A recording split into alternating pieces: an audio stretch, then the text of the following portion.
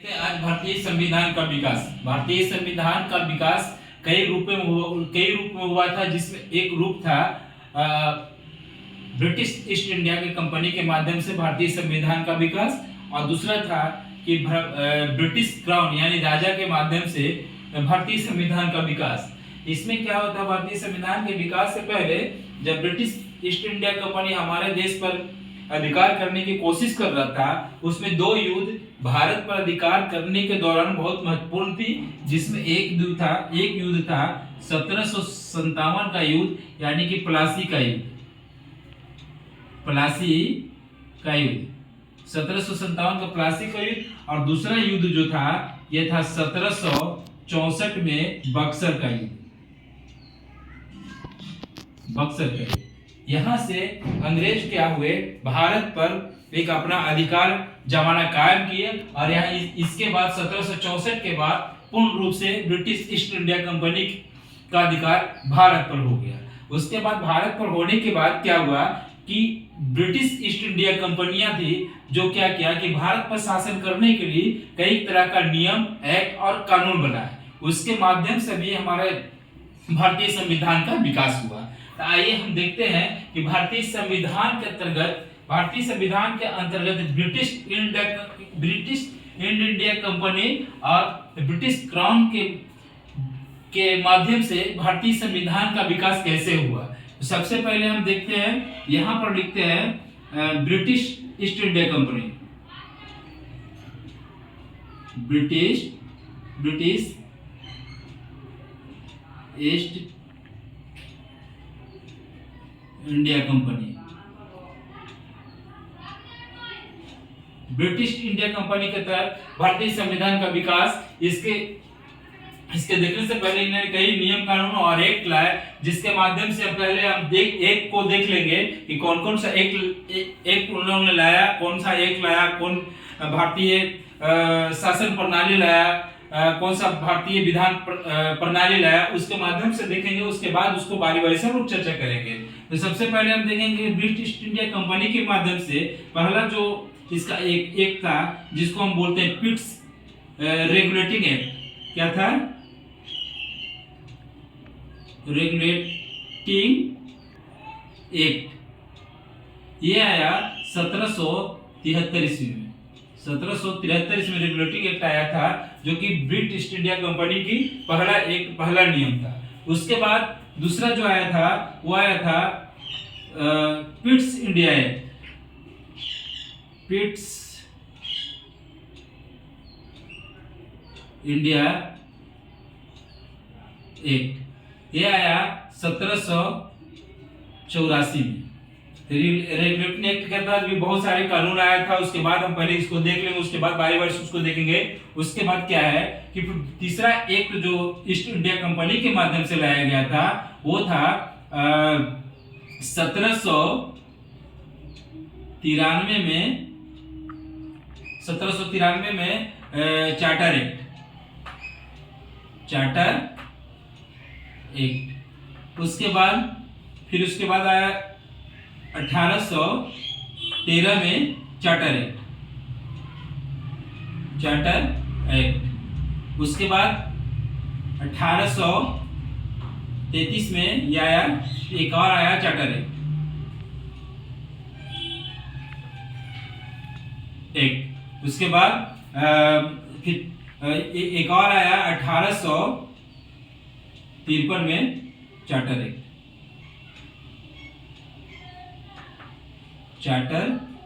Act.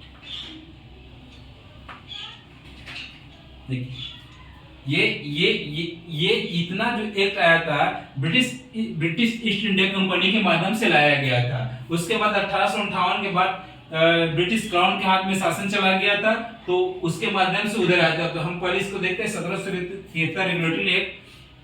उसके बाद 1784 में पिट्स इंडिया एक्ट आया। उसके बाद 1793 रेगुलेटिंग एक्ट आया। 1793 के बाद क्या हुआ कि इसका 20 वर्ष का कार्यकाल हरदम बढ़ते गया, और फिर बढ़ते गया। उसके बाद इसमें अगर अब यहाँ 1793 एक्ट के बाद हम लोग बहुत इजीली जो है, ऐसे कि 4 एक्ट जो है हम लोग बहुत इजीली याद कर सकते हैं, क्योंकि ये 20 वर्ष हर एक एक्ट के बाद बढ़ाया गया था। तो अगर हम 1793 में अगर हम इसमें 1793 में हम कितना ऐड करते हैं, 20 अगर ऐड करते हैं, 20 वर्ष बढ़ाया गया था तो ऐड करते हैं तो 1813 आ जाएगा। उसके बाद क्या है, फिर इसमें हम 20 वर्ष ऐड कर देंगे तो 1833 आ जाएगा। इसमें भी 20 वर्ष ऐड करेंगे तो 1853 आएगा। तो ये इजीली आप याद कर सकते हैं कि रेगुलेटिंग एक्ट कब आया था, तो 1773 में। पिट्स इंडिया एक्ट कब आया, तो 1784 में। उसके बाद चार्टर एक्ट 4 हुआ था, जिसको 1793 बोलते हैं चार्टर एक्ट। उसके बाद 1813 में चार्टर एक्ट हो गया। उसके बाद 1813 को 1833 का चार्टर एक्ट हो गया और 1853 के चार्टर एक्ट हो गया। उसके बाद 1853 के बाद क्या हुआ कि 1858 ईस्वी में ब्रिटिश कंपनी का जो है अधिकार भारत पर से खत्म हो गया, क्योंकि पहले जब अंग्रेज लोग पहली बार, ये क्या है, ब्रिटिश ईस्ट इंडिया कंपनी और ब्रिटिश क्राउन, दूसरा है ब्रिटिश क्राउन या इसको हम राजा बोल सकते हैं, राजा के द्वारा शासन किया गया था। तो क्या था कि भारतीय संविधान की विकास होने से पहले क्या था कि आप इंडिया का 75% भाग पर क्या था कि वहां 75% जो है भाग जो था आपका बंगाल के अधीन था। कहाँ का अधीन था, बंगाल के अधीन था। तो बंगाल पर पहले क्या था कि बंगाल पर जो शासन कर रहे थे राजा, वहां पर ही क्या कि अंग्रेज लोग जो है पहले व्यापार करने के दृष्टिकोण से आए हमारे यहाँ, व्यापार करने लगे। तो ये ब्रिटिश जो राजा थे वो ब्रिटेन से ही भारत पर अधिकार करने का नीति अपनाया और बारी बारी से ब्रिटिश ईस्ट इंडिया कंपनी के माध्यम से यहाँ से गवर्नर जनरल चुन करके भेजा जाता था, कहाँ, बंगाल पर शासन करने के लिए, भारत पर शासन करने के लिए। तो ये राजा ब्रिटिश क्राउन या राजा जो होता था वो कहाँ रहता था, ब्रिटेन से ही रह करके शासन को चलाता था। लेकिन कुछ दिनों के बाद क्या हुआ कि जब यहाँ के जो भी गवर्नर जनरल आता था यहाँ शासन करने के लिए, गवर्नर जनरल बन करके वो इंडिया से अधिक धन को इकट्ठा करके अपने देश ले जाता था, जो कि राजा को जानकारी नहीं होता था, जिससे राजा गवर्नर जनरल से नाराज हो जाते थे। और इसके कारण क्या हुआ, 1853 में जो है, 1853 के बाद 1858 ईस्वी में क्या हुआ कि अंग्रेज के पूर्ण रूप से व्यापारिक अधिकार को समाप्त कर दिया जाता है और ब्रिटिश क्राउन जो है, ब्रिटिश राजा जो है, जिसको हम बोलते थे एलिजाबेथ द्वितीय, पूर्ण रूप से उस शासन को अपने हाथ में ले लेती है। ठीक है, तो ये 1898 का भारत शासन अधिनियम, यहाँ पर क्या रहता है, भारत शासन अधिनियम।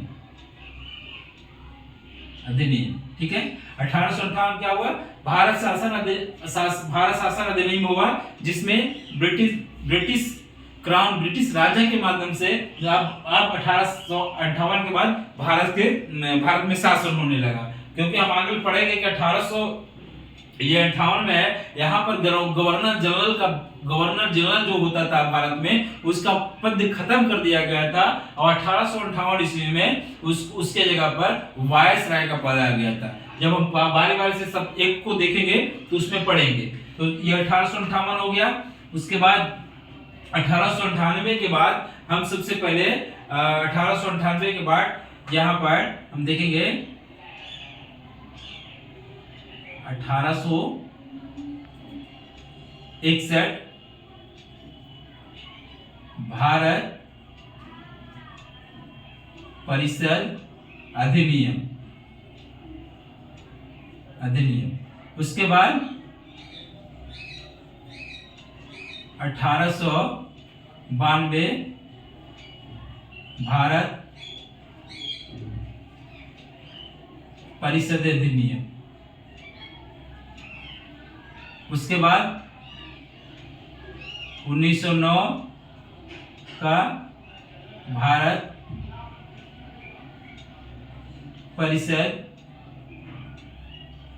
अधिनियम। ये जितने भी अधिनियम है ये ब्रिटिश क्राउन के माध्यम से बनाया गया था, ब्रिटिश राजा के माध्यम से बनाया गया था। और इधर का जो जितने भी अधिनियम था वो ब्रिटिश ईस्ट इंडिया कंपनी के माध्यम से बनाया गया था, क्योंकि ब्रिटिश ईस्ट इंडिया कंपनी का शासन चलाने का तौर तरीका अलग था और ब्रिटिश के क्राउन का शासन चलाने का तौर तरीका अलग था। तो सबसे पहले यहाँ हो गया 1909 का भारत परिषद अधिनियम हो गया।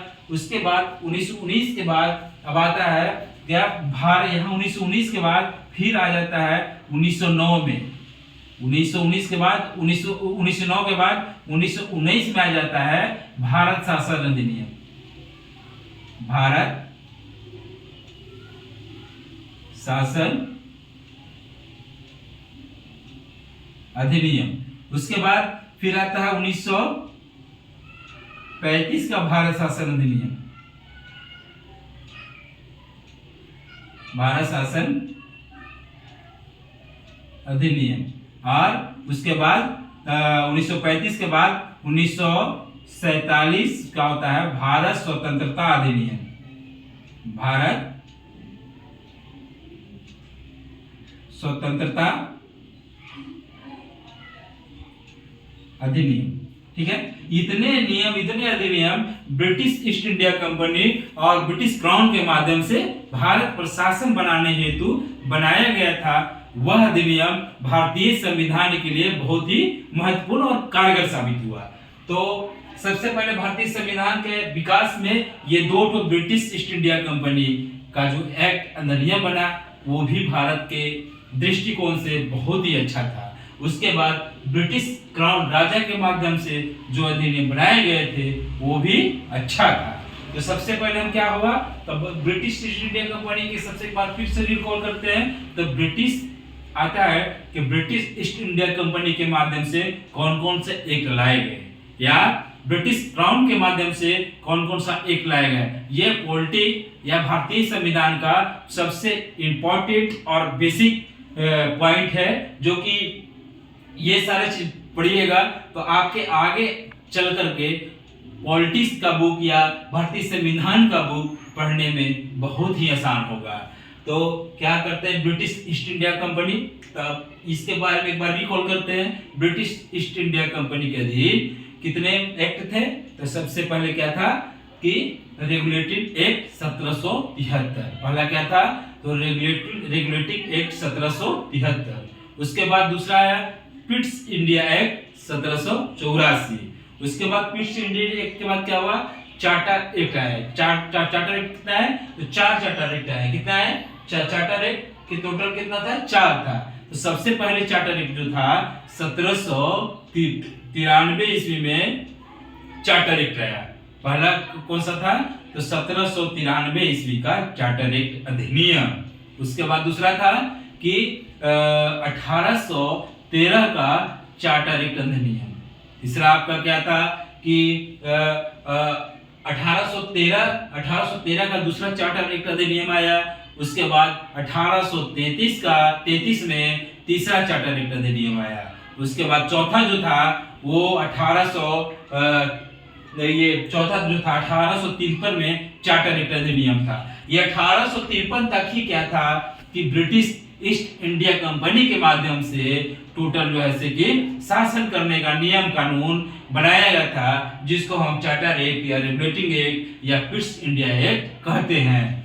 अब उसके बाद हम आते हैं ब्रिटिश इंडिया कंपनी के माध्यम से जो ब्रिटिश क्राउन के माध्यम से जो शासन किया गया था उसके बारे में। तो सबसे पहले क्या है कि 1858 सबसे पहले ब्रिटिश ईस्ट इंडिया क्राउन के माध्यम से जो शासन करने का जो नियम कानून बनाया गया था उसके बारे में हम देखते हैं। तो सबसे पहले था 1858 ईस्वी में भारत शासन अधिनियम। उसके बाद दूसरा 1861 ईस्वी में बनाया गया था भारत शासन अधिनियम। उसके बाद 1861 के बाद 1892 ईस्वी में भारत संसद अधिनियम बनाया गया। उसके बाद 1892 के बाद 1919 में 1919 में भारत परिषद अधिनियम बनाया गया। फिर 1919 के बाद डायरेक्ट 1909 के बाद 1919 में जाते हैं, जहां पर भारत शासन अधिनियम फिर से लागू किया गया। कब? 1919 ईस्वी में।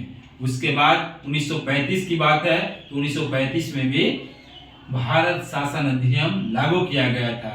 लास्ट जो था उसका ब्रिटिश क्राउन के माध्यम से था 1935 में ही। लेकिन कुछ अंश जो है कि जब हमारा देश स्वतंत्र हुआ था तो उसमें भी ब्रिटिश राजा के माध्यम से कुछ न कुछ संविधान के विकास हेतु उसमें अपना योगदान दिया था, जिसको हम बोलते हैं 1947 के भारत शासन अधिनियम। अब हम लोग बारी बारी से देखते हैं कि भारत शासन अधिनियम में जो अब ये यहाँ से मिटाते हैं। सबसे पहले हम देखते हैं ब्रिटिश ईस्ट इंडिया कंपनी के अधीन जो रेगुलेटिंग एक्ट जो लाया गया था उसके बारे में देखते हैं। क्या देखते हैं? तो रेगुलेटिंग। अब हम देखते हैं पहला उसमें जो ब्रिटिश ईस्ट इंडिया कंपनी के माध्यम से जो पहला एक्ट लाया गया था, जो पहला कानून लाया गया था, भारतीय संविधान पर राज करने या भारतीय पर राज करने के लिए, वो भारतीय संविधान के लिए एक महत्वपूर्ण एक्ट हुआ था। तो हम सबसे पहले देखते हैं 1773 रेगुलेटिंग एक्ट। तो 1773 रेगुलेटिंग एक्ट जो है, ये 1773 रेगुलेटिंग एक्ट के तहत महत्वपूर्ण बातें कुछ थी जिसको जो भारतीय संविधान के लिए महत्वपूर्ण था। तो पहला था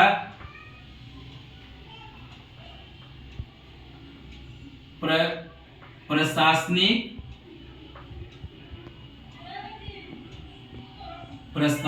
और अधिकार, प्रशासनिक और राजनीतिक अधिकार। 1773 रेगुलेटिंग एक्ट के तहत सबसे महत्वपूर्ण जो बातें थी वह क्या था कि प्रशासनिक और राजनीतिक अधिकार मिल गया था। क्योंकि जब ब्रिटिश ईस्ट इंडिया कंपनी शासन कर रही थी तो 1773 की पहले वहां उसके शासन में न प्रशासन हस्तक्षेप कर सकता था और न ये राजनीतिक पार्टी हस्तक्षेप करती थी।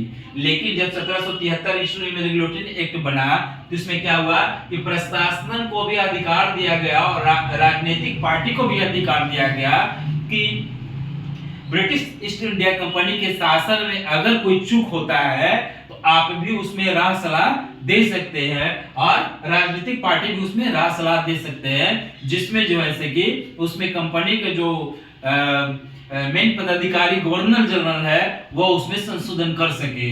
तो उसके बाद प्रशासनिक और राजनीतिक अधिकार। उसके बाद 1773 में रेगुलेटिंग एक्ट के तहत और महत्वपूर्ण शब्द क्या थे, इसमें जो कर्मचारी थे, इसमें जो रेगुलेटरी एक्ट के माध्यम से जो कर्मचारी थे, इस कर्मचारी को निजी व्यापार और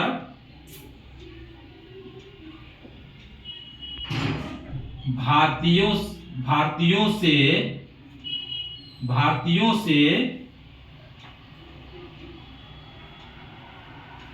रिश्वत या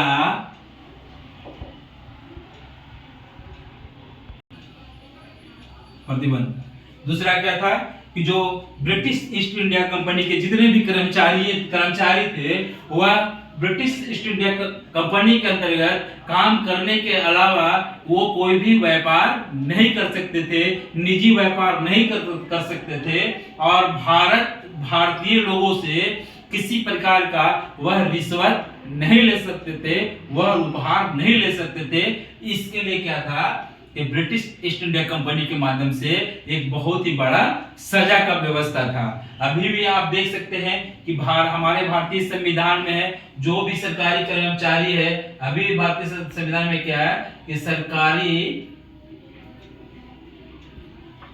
सरकारी कर्मचारी अभी भी हमारे यहाँ है तो वो अपना ड्यूटी के सिवाय कोई भी निजी व्यापार नहीं कर सकते हैं, जिसके लिए एक सजा का भी प्रावधान है। क्या आपको अगर निजी व्यापार करने से पहले परमिशन लेना होगा और वो परमिशन उम्मीद है कि नहीं मिलती है, तो आप अगर निजी व्यापार करते हुए आप पकड़े जाते हैं तो अभी भी सरकारी कर्मचारी को क्या किया जाता है, पद से पद मुक्त कर दिया जाता है। तो उसी तरीका से ब्रिटिश ईस्ट इंडिया कंपनी में भी इसी तरीका की व्यवस्था था कि कर्मचारी, कोई भी कर्मचारी निजी व्यापार नहीं कर सकता था और न भारतीय से रिश्वत ले सकता था और न ही जैसे कि उपहार ले सकता था। ये नियम 1973 का रेगुलेटरी एक्ट का नियम अभी भी हमारे भारतीय संविधान में लागू है, जो कि अभी भी बहुत सारे भारतवासी इसको कड़ी से पालन करते हैं। उसके बाद किया, जब भारत पर शासन करने लगा तो क्या किया कि इंग्लैंड से वहां से एक गवर्नर जनरल चुन के भेजने लगा, क्योंकि जब वो नहीं आए थे तो यहाँ पर बंगाल के शासक थे। यहाँ पर जो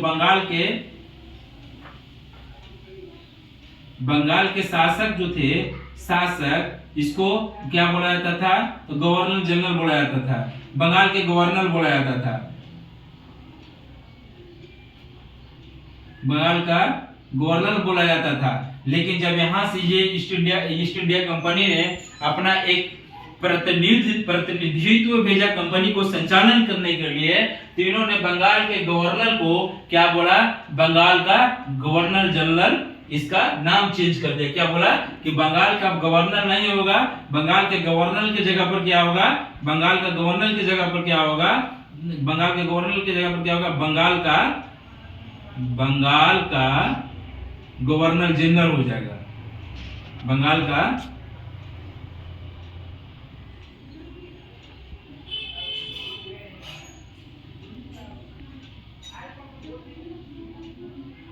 का गवर्नर जनरल का है।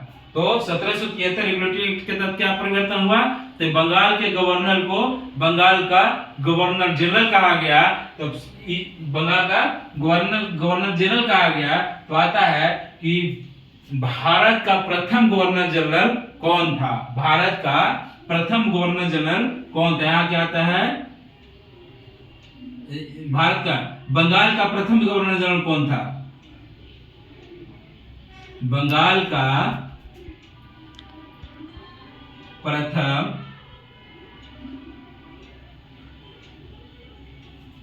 गवर्नर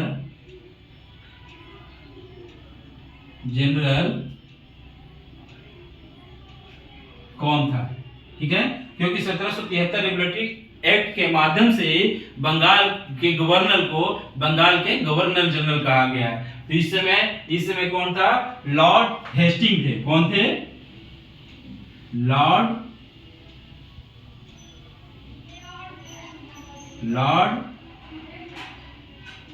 हेस्टिंग कौन थे, बंगाल का प्रथम गवर्नर जनरल कौन हो गया, लॉर्ड हेस्टिंग हो गए, जो कि 1773 रेगुलेटरी एक्ट के तहत हो गया। तो पहला चीज हो गया कि बंगाल में क्या हो गया, प्रशासनिक और राजनीतिक अधिकार मिला। क्या हुआ, प्रशासनिक और राजनीतिक अधिकार मिला। उसके बाद बंगाल के गवर्नर को गवर्नर जनरल कहा गया। कर्मचारी को निजी व्यापार करने पर प्रतिबंध था, भारतीय से रिश्वत नहीं ले सकते थे। उसके बाद एक और महत्वपूर्ण बातें जो 1773 रेगुलेटरी एक्ट में हुआ वह था कि 1774 ईस्वी में कोलकाता में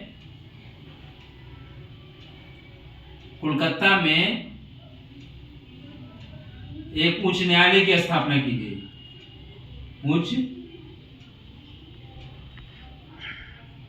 एक उच्च न्यायालय की स्थापना की गई।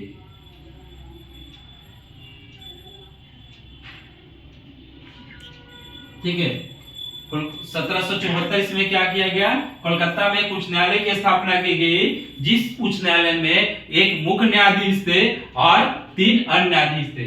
जेम्स हिप्पी उनका एक मुख्य न्यायाधीश थे। कितने मुख्य न्यायाधीश थे, मुख्य न्यायाधीश की संख्या कितना था उस समय, मुख्य न्यायाधीश की संख्या कितना था, उस समय मुख्य न्यायाधीश की संख्या कितना था, तो मुख्य न्यायाधीश की संख्या जिस समय 1774 ईस्वी में कलकत्ता में उच्च न्यायालय की स्थापना की गई थी, उसमें उस समय एक मुख्य न्यायाधीश हुआ करते थे और 3 अन्य न्यायाधीश हुआ करते थे। क्या होते, मुख्य न्यायाधीश की संख्या कितनी होती थी, एक मुख्य न्यायाधीश होते थे और 3 जो है जैसे कि अन्य न्यायाधीश होते थे। ठीक है, कि तीन एक मुख्य न्यायाधीश हुआ करते थे और 3 अन्य न्यायाधीश होते थे। तो 1773 में रेगुलेटिंग एक्ट के माध्यम से ये 4 पॉइंट वेरी वेरी इंपॉर्टेंट है, क्योंकि अधिकतर बीपीएससी यूपीएससी में पूछा गया प्रश्न है। ये 4 को जो है उसमें से निचोड़ करके बहुत सारे उसमें नियम कानून लगाए गए थे, लेकिन जो एग्जाम के दृष्टिकोण से भारतीय एग्जाम के दृष्टिकोण से ये 4 को आपको वेरी वेरी इंपॉर्टेंट है। जिसमें एक बार रिकॉल कर लेते हैं 1700 रेगुलेटिंग एक्ट में क्या क्या चीज लाया गया था ब्रिटिश ईस्ट इंडिया कंपनी के माध्यम से। तो सबसे पहले लाया गया था कि प्रशासन और राजनीतिक अधिकार मिला। क्या? प्रशासनिक और राजनीतिक अधिकार मिला, पहला। दूसरा क्या था कि कंपनी के कर्मचारियों को निजी व्यापार करने और भारत से उपहार या रिश्वत लेने पर प्रतिबंध लगा दिया गया था। तीसरा क्या था कि बंगाल के गवर्नर को बंगाल का गवर्नर जनरल कहा गया, और उसमें जिसमें बंगाल के प्रथम गवर्नर जनरल कौन हो गए? तो लॉर्ड हेस्टिंग हो गए। बंगाल के गवर्नर को क्या कहा गया? बंगाल का गवर्नर जनरल कहा गया।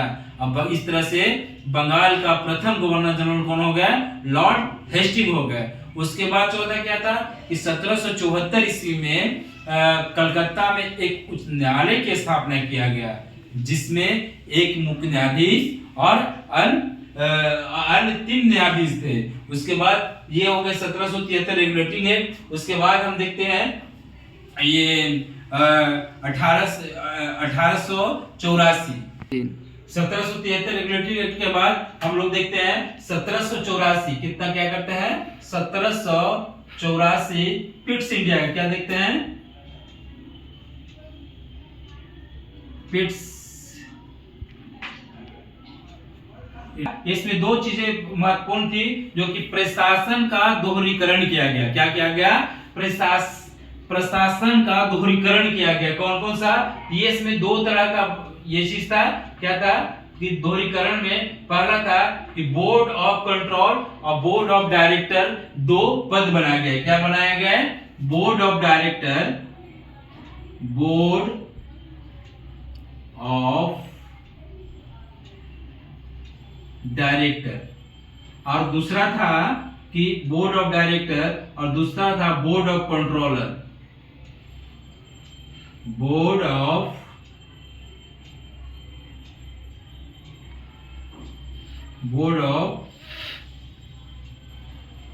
कंट्रोल, बोर्ड ऑफ डायरेक्टर और बोर्ड ऑफ कंट्रोल। क्या था? बोर्ड ऑफ डायरेक्टर और बोर्ड ऑफ कंट्रोल। ठीक है, तो डायरेक्टर जो था वो राजनीतिक मामले में हस्तक्षेप करता था। डायरेक्टर ये क्या था? तो ये राजनीतिक मामले में हस्तक्षेप करता था। ये क्या करता था? राजनीतिक मामले में हस्तक्षेप करता था। और ये जो था क्या था? ये जो था कि व्यापारिक मामले में हस्तक्षेप करता था। क्या करता था? ये व्यापारिक, ये क्या था? बोर्ड ऑफ कंट्रोल क्या करता था? व्यापारिक समितियां थी, और बोर्ड ऑफ डायरेक्टर क्या था? राजनीतिक मामले का समितियां थी। तो 1784 में ये चीज दोहरी प्रशासन की व्यवस्था। क्या लिखना है? दोहरी प्रशासन, दोहरी प्रशासन। 1784 में एक ही चीज याद रखना है, एक ही चीज है उसमें। 1784 में दोहरी प्रशासन की व्यवस्था किया गया था। कौन सा? बोर्ड ऑफ डायरेक्टर और बोर्ड ऑफ कंट्रोल। ठीक है, ये 1784 में हो गया। उसके बाद 1784 के बाद तीसरा क्या आता है मेरा? 1793। क्या आता है? 1793 से क्या हो गया? चार्टर एक्ट स्टार्ट हो जाता है। क्या होता है? Charter act. 93 से क्या हुआ? चार्टर एक्ट स्टार्ट हो गया। चार्टर एक्ट क्या था कि 1784 में जो पिट्स इंडिया एक्ट के माध्यम से दोहरी जो प्रशासन के व्यवस्था के अंतर्गत डायरेक्ट बोर्ड ऑफ कंट्रोल और बोर्ड ऑफ डायरेक्टर जो समितियां बनी थी, तो उसमें जो काम करने वाले कर्मचारी थे बोर्ड ऑफ डायरेक्टर और बोर्ड ऑफ कंट्रोल में जो काम करने वाले कर्मचारी थे, उनका वेतन जो है भारतीय राजस्व से देने की व्यवस्था की गई। क्या की गई? तो 1793 में बोर्ड ऑफ डायरेक्टर और बोर्ड ऑफ कंट्रोल के समिति के सदस्य को भारतीय राजस्व से क्या किया गया?